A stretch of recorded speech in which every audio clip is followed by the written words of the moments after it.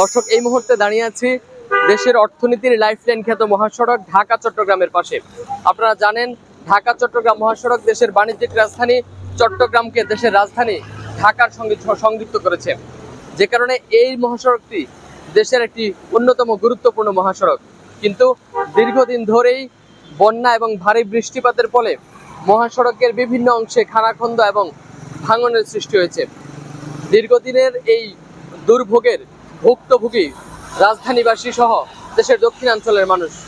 আপনারা জানেন, ঢাকা চট্টগ্রাম মহাসড়কটি মূলত দেশের দক্ষিণের জেলাগুলিকে সংযুক্ত করেছে, অর্থাৎ সড়ক পথে দেশের দক্ষিণের জেলাগুলিতে যাওয়ার একমাত্র রাস্তা ঢাকা চট্টগ্রাম মহাসড়ক, যে কারণে এই মহাসড়কটি দেশের একটি অন্যতম গুরুত্বপূর্ণ মহাসড়ক। কিন্তু এই মহাসড়কের কুমিল্লার 104 কিলোমিটার এলাকায় বিভিন্ন স্থানে খানাখন্দের সৃষ্টি হয়েছে।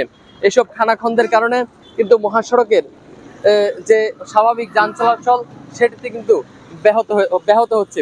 বিশেষ করে আমরা যদি দেখাই ঢাকা চট্টগ্রাম মহাসড়কের এই মুহূর্তে আমরা যেখানে দাঁড়িয়ে আছি ক্যান্টনমেন্ট এলাকায়, সেখানে কিন্তু খানাখন্দের কারণে দীর্ঘ যানজট সৃষ্টি হয়েছে। অর্থাৎ কিছু কিছু স্থানে কিন্তু ধীরগতিতে পরিবহন চলছে এবং কোথাও কোথাও যানজটেরও সৃষ্টি হতে আমরা শুনেছি।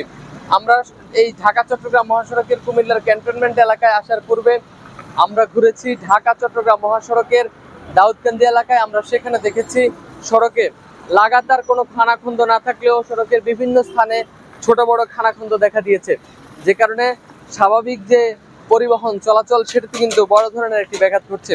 ধীরগতিতে পরিবহন গন্তব্যে পৌঁছাচ্ছে বিলম্ব করে। এছাড়াও আমরা ঢাকা চট্টগ্রাম মহাসড়কের কুমিল্লার 14 গ্রাম এলাকা এবং কুমিল্লার সদর দক্ষিণ আদর্শ সদর উপজেলার কিছু অংশ ঘুরেছি।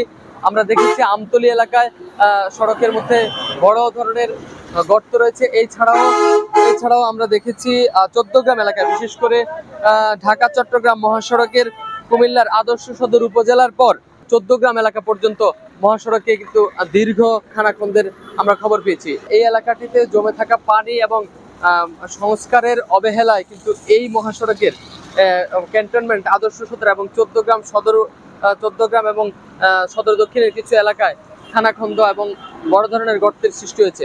যারা স্থানীয় বাসিন্দারা রয়েছেন তারা দাবি করেছেন এই মহাসড়ক দেশের একটি গুরুত্বপূর্ণ মহাসড়ক। এই মহাসড়কটি সংস্কার করে যেন স্থানীয় বাসিন্দাদের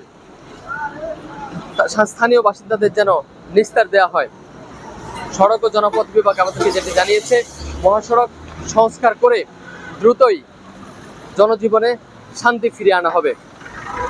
কুমিল্লার ঢাকা চট্টগ্রাম মহাসড়কের কুমিল্লার ক্যান্টনমেন্ট এলাকা থেকে আব্দুল্লাহ আল মারুফ, স্টার নিউজ।